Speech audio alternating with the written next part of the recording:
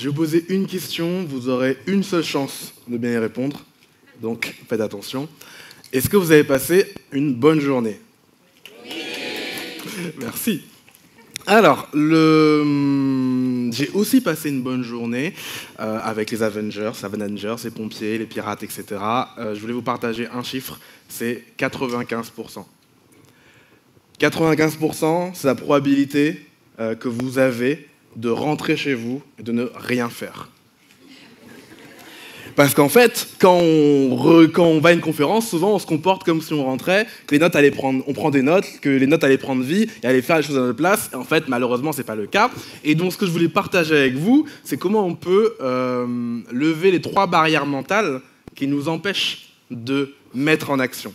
Et la première barrière mentale que je vois, c'est que quand vous voyez Jérémy, quand vous voyez Coralie, vous voyez Laura, vous voyez Marlène, Aurélie, Marcy, Carole, Marie-Sophie, vous dites « Bah, moi c'est différent. Elle et Jérémy peuvent, moi je peux pas. » Mais en fait, l'erreur qu'on fait quand on fait ça, c'est que déjà vous comparez votre intérieur à l'extérieur de quelqu'un. C'est-à-dire que typiquement, Coralie, je l'ai vue il y a 2 ans préparer son talk, elle était morte de trouille. Mais quand je dis morte de trouille, j'ai cru qu'elle allait abandonner. Et finalement, elle a fait un des meilleurs talks de la dernière édition. Mais ça, vous ne le voyez pas, on ne vous le partage pas. C'est pareil pour moi. J'ai beaucoup stressé cette édition parce que je suis arrivé en dernier et que je n'ai pas préparé autant que je voulais parce que j'ai eu le Covid il y a 1 mois et demi. Et je suis arrivé ce matin, on m'a dit « Ah, il n'y a pas les notes. Tu n'auras pas les notes sur ton talk. J'espère que tu as appris ton texte par cœur. » Je suis mort à l'intérieur de moi.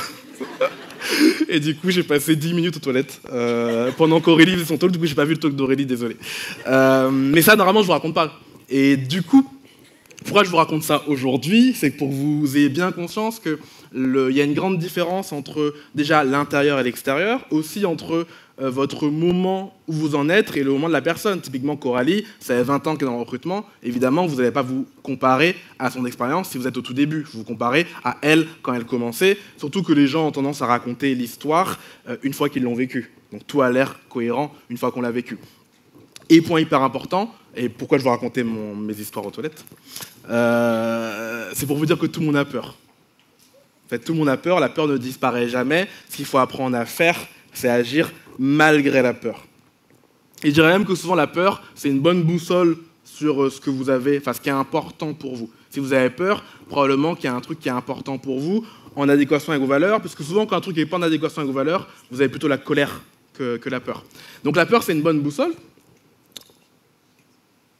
Et vous demandez aussi, ça c'est la 2e barrière mentale, pourquoi moi ? En fait, il y a plein de gens qui peuvent changer les choses. J'ai été au théâtre il y a 2 semaines, c'était du théâtre d'improvisation. Et c'était une salle, donc Comédie 3 bornes, si vous voulez y aller, c'est génial.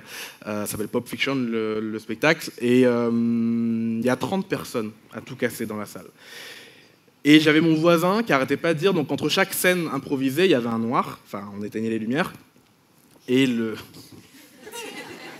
on éteignait les lumières. Et j'avais mon voisin qui trépignait, qui disait « Mais pourquoi personne n'applaudit pas ? Pourquoi personne n'applaudit, pardon ?» Et à chaque fois, il disait « Mais personne n'applaudit !» Il parlait à sa compagne, il dit « Personne n'applaudit, je comprends pas. Hein. » Et à un moment, il a lancé une applause. Et tout le monde a applaudi, évidemment. Et la fois d'après, il n'a pas relancé et il s'est replaint à nouveau. Et je me dis « C'est fou !» Parce qu'il ne se dit pas qu'en fait, dans une salle de 30 personnes, forcément, il faut qu'il y ait une personne qui le fasse, et la probabilité que ce soit lui, bah, c'est 1 sur 30. Et si personne le fait, personne ne bouge. C'est ce qu'on appelle d'ailleurs, enfin, c'est pas exactement ça, mais je vais faire le lien, en psychologie, l'effet du spectateur, l'apathie du spectateur. C'est ce qui fait que, souvent, vous avez dans les villes des scènes où une personne est en détresse, et personne ne l'aide. Dans le RER, dans la rue... Et on se dit, mais attends, mais les gens à Paris, c'est des connards. Et en fait, qu'est-ce qui se passe? L'effet du témoin, c'est quoi? C'est que tout le monde regarde et chaque personne se demande, est-ce que c'est à elle d'agir? Est-ce qu'elle voit vraiment une scène dangereuse? Et ce qui est fou, c'est que chaque fois que quelqu'un agit, en général, d'autres personnes viennent agir. Au début, il y a une forme comme ça d'apathie, et si quelqu'un agit, tout le monde agit. Le truc important, d'ailleurs, si ça vous arrive, c'est un vrai conseil, si un jour vous êtes en détresse, pointez quelqu'un du doigt. Dites « toi là-bas, au secours ». Ça, vous avez beaucoup plus de chances d'être secouru.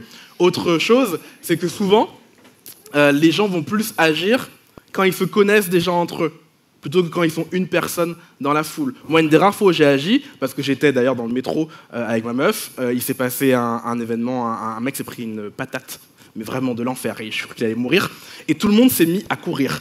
Moi, le premier, et elle était derrière, du coup j'ai fait bah... Et donc j'étais obligé de revenir, j'ai tiré le signal d'alarme, etc. Mais j'étais pas plus héroïque que les autres, c'était juste que on se connaissait, on était à deux, on a pu débriefer,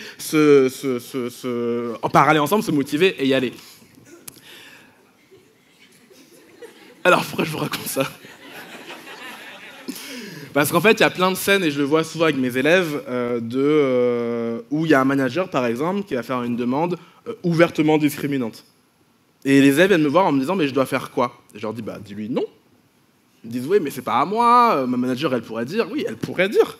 Ou alors « oui, quand ils sont en cabinet, mais le client pourrait dire. » Oui, mais voilà, elle a toujours la question de « pourquoi moi ?» Si personne ne démarre l'étincelle, bah parfois juste le feu ne démarre pas. Et plutôt que vous demander pourquoi moi, la question que je vous propose de vous poser à partir de maintenant, c'est est-ce que ça vaut le coup? Chaque fois que vous avez ce dilemme, posez-vous la question de sur quelle valeur je ne veux pas transiger. Et c'est OK de transiger sur d'autres choses et de choisir ce sur quoi on ne veut pas transiger. Pour faire référence à ce que disait Aurélien sur la communication non violente, typiquement, effectivement, j'ai tendance à, dans les disputes que je vais avoir avec mes proches, à laisser des dégâts, parce qu'en fait, quand vous vous disputez en couple, il n'y a pas de vainqueur. En vrai de vrai, la relation y perd. Et du coup, malgré mon tempérament qui est plutôt bouillant, j'ai fini par me dire, dans les valeurs que j'essaie d'être un meilleur partenaire, comment je vais faire, comment je travaille sur moi. Là où sur d'autres choses, je ne vais pas travailler parce que ce n'est pas une valeur qui est importante. Donc choisissez la valeur qui est importante pour vous. Et le corollaire du pourquoi moi, que j'observe pareil très souvent autour de moi, c'est je vais dire aux élèves, ah voilà, faites l'entretien structuré. Ils viennent dans leur boîte et ils disent, faire l'entretien structuré. Et ils me disent, personne ne m'a écouté. Je dis, mais tu l'as dit combien de fois? Une fois. Bah oui, non, mais... Un des secrets de la pédagogie, c'est qu'il faut répéter, répéter, répéter et encore répéter. Et vraiment, si jamais vous deviez retenir un seul truc sur la pédagogie, c'est qu'il faut répéter, répéter et encore répéter. Je suis très sérieux. Il faut répéter, répéter et encore répéter. Et vous savez ce que je vais vous dire? Il faut... Merci beaucoup. C'est comme ça que vous allez embarquer des gens avec vous. Ça arrive jamais que vous avez... Alors vous aurez toujours des gens qui sont plus faciles à embarquer que d'autres, mais vous allez toujours avoir des résistances, et si vous ne faites pas l'effort de répéter, répéter et encore répéter, vous ne pouvez pas embarquer avec vous. On arrive à la troisième barrière mentale, qui est le fait de rester le cul entre deux chaises, de rester tiède. Question de culture générale. À votre avis, qui a dit « Je sais que tu n'es ni froid, ni bouillant, alors je te vomirai ». C'est pas Booba, non. Ça aurait pu, j'adore Booba, ça aurait pu être Booba. Enfin, j'adore l'artiste Booba, pas la personne. Toi, tu sais déjà. C'est quelqu'un? Personne? Jésus, effectivement. Ah, c'est mes élèves? Bah oui, forcément. Et c'est la régie. Pourquoi je vous raconte ça? Parce que c'est un personnage qui est plutôt un personnage pacifique et qui en vient à dire ça. Quand il dit ça, ce qu'il veut dire en fait, c'est que il faut prendre position. C'est plus tu es flou et moins on arrive à te cerner. Et donc, ça m'amène à la notion d'authenticité, de radicalité. Mais quand je dis radicalité, c'est pas forcément faire la guerre, justement. C'est revenir à la racine, revenir aux choses claires, aux choses franches, puisque en plus de ça, comme on a un mur entre les gens et nous, puisqu'on ne peut pas faire de télépathie malheureusement, il y a forcément une déperdition d'informations. Donc moins vous allez être clair, plus vous allez avoir cette déperdition d'informations. Ce matin, je suis arrivé, on m'a proposé un t-shirt. C'était un t-shirt de le DR noir. Il rigole parce que c'est sa faute. Non, c'est Anthony là. C'était un t-shirt avec une coupe femme. Et donc avec un grand trou comme ça. Et avec un petit trou, allez, j'exagère. Et je suis allé voir Mélodie et Tania, mes collègues, et je leur ai demandé, vous en pensez quoi? Elles m'ont dit, moi j'ai compris mitigé dans ma tête, je sais pas exactement ce qu'elles m'ont dit, j'ai retenu mitigé. Je suis revenu ici et Marion et Jennifer ont explosé de rire. Et je dis, ok, le feedback il est clair, faut pas que je mette ce t-shirt. Donc, pourquoi je vous raconte ça? Parce qu'en fait, il y a un décalage entre eux. Et aussi, ce qui est important dans l'histoire, c'est que j'étais voir Mélodie, je lui ai dit, mais pourquoi tu m'as pas dit? Elle m'a dit, mais je t'ai dit. Bah, j'ai pas du tout compris. Ah oui, mais j'avais peur que si jamais t'avais pas d'autres t-shirts, t'aurais été. Oui, mais il fallait me dire clairement. Donc, il y a ce truc de comment je fais pour avoir un feedback clair. C'est ce que j'appelle la radicalité. Et la radicalité, pour qu'elle fonctionne, il y a 3 grandes règles. La première règle, c'est que la personne doit pouvoir y changer quelque chose. C'est d'ailleurs pour ça, je pense que Mélodie était mal à l'aise. Elle ne savait pas si j'avais un t-shirt de rechange. Si la personne ne peut pas changer, ça ne sert pas à grand-chose de venir lui faire un feedback négatif. Hein? En tout cas, ça ne veut pas changer maintenant. Tu vois, si elle m'avait dit, tu vas pas voir des gens dans la rue en leur disant « Ah, t'es mal fringué ». Il faut quand même qu'il y ait un but pédagogique derrière. La deuxième condition, c'est que vous pensiez ce que vous dites. Ce que vous dites? Vous pensiez ce que vous dites, ouais. Il y a des gens qui font de la provocation. Je déteste ça parce c'est déjà tellement compliqué de communiquer entre nous. Si en plus on rajoute de la provocation, des trucs qu'on pense pas, pour voir comment leur réagir, on s'en sort pas. Donc juste essayer de trouver... Alors quand je dis la vérité, je devrais dire ce que vous pensez. C'est pas la vérité, parce qu'évidemment vous pouvez pas détenir la vérité, mais au moins ce que vous pensez. Et troisième condition, c'est d'être à l'écoute. Il y a des gens qui vont vous dire vos 4 vérités et ils se barrent ensuite. Ça marche pas. Voilà, ils vous disent oh! Ou les gens qui disent un truc, on leur répond, ils disent oh, on peut plus rien dire. Ah, si, on peut dire, mais juste on te répond. Donc faut accepter l'idée que si tu parles, bah, on va probablement te répondre. Et c'est important cette notion de radicalité, en tout cas d'authenticité, parce qu'en fait, plus vous allez prendre clairement position, et plus vous serez fiable pour les gens autour de vous. Plus les gens sauront où se positionner par rapport à vous. Alors ça peut aussi vous attirer plus d'opposition, évidemment. Quand on dit qu'on ne peut pas plaire à tout le monde, c'est ça qu'on dit. C'est qu'en fait, une fois que tu ne veux pas à la fois plaire aux gens qui aiment Donald Trump et aux gens qui aiment Hillary Clinton. Plus tu te positionnes, plus les gens vont se positionner. Et on arrive à ce que je voulais vous dire, qui est au final de choisir vos combats et de choisir vos armes. Et chaque personne va avoir une arme différente. Je faisais la réflexion avec une amie qui me disait moi je suis souvent en difficulté sur ça, ça, ça. Et je disais, moi je suis quand même, dans ma vie professionnelle, même tout court en vrai, j'ai rarement été en difficulté. Parce qu'en fait, je refuse la difficulté. Mon secret, c'est que j'abandonne tout ce qui est compliqué. Il y a un livre incroyable qui s'appelle The Deep de Seth Godin où il raconte ça, où il dit que souvent on donne comme conseil aux gens de persévérer, alors que c'est un très mauvais conseil, que j'ai moi-même donné en vrai. Mais en fait, ce qu'on devrait dire, c'est n'abandonne jamais quelque chose qui a un potentiel enthousiasmant sur le long terme, seulement parce que tu n'arrives pas à encaisser le stress passager du moment. Mais c'est mon vendeur. Que n'abandonne jamais. En fait, le problème de dire n'abandonne jamais, c'est qu'il y a plein de situations où en fait, vous perdez votre temps. Typiquement, si j'avais voulu être footballeur professionnel et que je m'étais mis dans la tête qu'il fallait à tout prix que je sois footballeur professionnel, en vrai, je perdais mon temps, j'ai pas les capacités, j'ai commencé trop tard. Et d'ailleurs, petite parenthèse sur les gens qui ont syndrome de l'imposteur, les vrais imposteurs n'ont pas syndrome de l'imposteur. Je regardais une vidéo d'un mec qui n'avait aucune capacité footballistique, mais qui voulait à tout prix jouer au foot, et qui du coup a arnaqué des clubs, peut-être vous connaissez cette histoire, il a arnaqué des clubs avec des fausses photos au PSG, etc.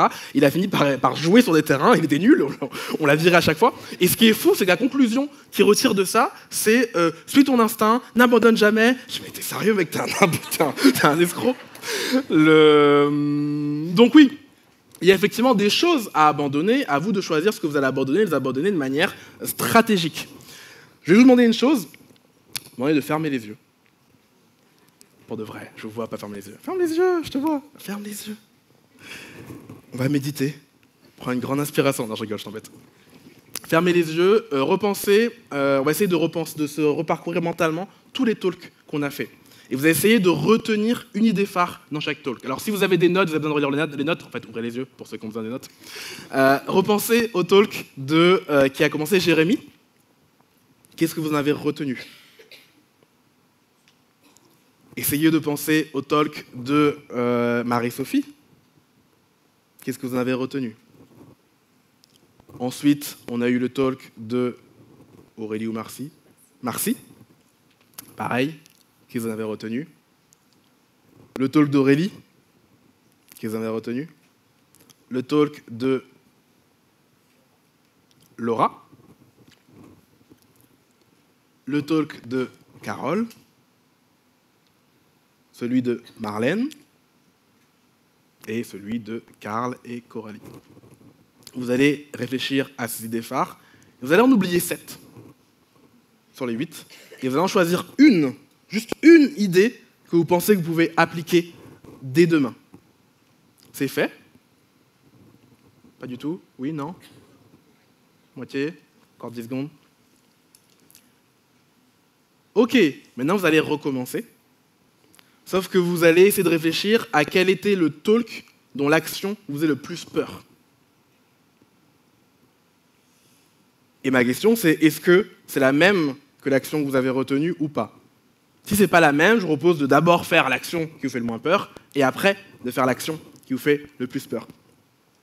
Et pour finir, pour vous expliquer à quel point chaque action compte, vous pouvez avoir un impact de n'importe quelle manière. Vous pouvez prendre la parole, soutenir quelqu'un, faire un groupe, demander à une personne comment elle va vraiment, tenir tête à vos collègues.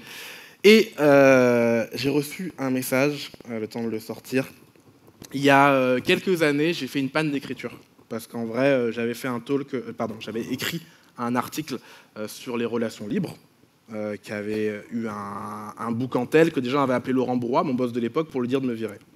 Et c'était assez compliqué à vivre. Et du coup, alors que j'écrivais, l'écriture c'est un peu ma vie, alors que j'écrivais tout le temps depuis l'âge de 8 ans, là d'un coup pendant 1 an, j'ai arrêté d'écrire. Et d'ailleurs, j'ai pas tout de suite compris que c'était pour ça. J'ai mis du temps à conscientiser moi-même que j'étais en panne d'écriture à cause de ça. J'ai arrêté aussi d'écrire sur le recrutement. Pendant 1 an, j'ai arrêté totalement d'écrire. Et une camarade d'école de commerce que je n'avais pas croisée depuis longtemps, à qui je ne parlais même pas, il y a 5 messages dans cette conversation, m'envoie, donc on est le 17 décembre 2019, 19h47. Hello, ça roule, tu ne publies plus rien, ça manque à mon fil d'actualité, j'espère que tout se passe bien pour toi, c'est toujours un plaisir de lire tes posts. Et ce message a fait qu'un mois après, j'ai lancé ce qui s'appelle aujourd'hui l'Atelier Galita, c'est un endroit où j'écris tous les jours, parce que quelqu'un, je sais pas, d'un coup, m'avait envoyé un message random qui m'a fait montrer qu'en fait, il y avait des gens que ça avait impacté. Et donc voilà, je vous laisse là-dessus, réfléchissez à une action que vous pouvez faire, même une petite action. Chaque goutte compte. Merci de m'avoir écouté.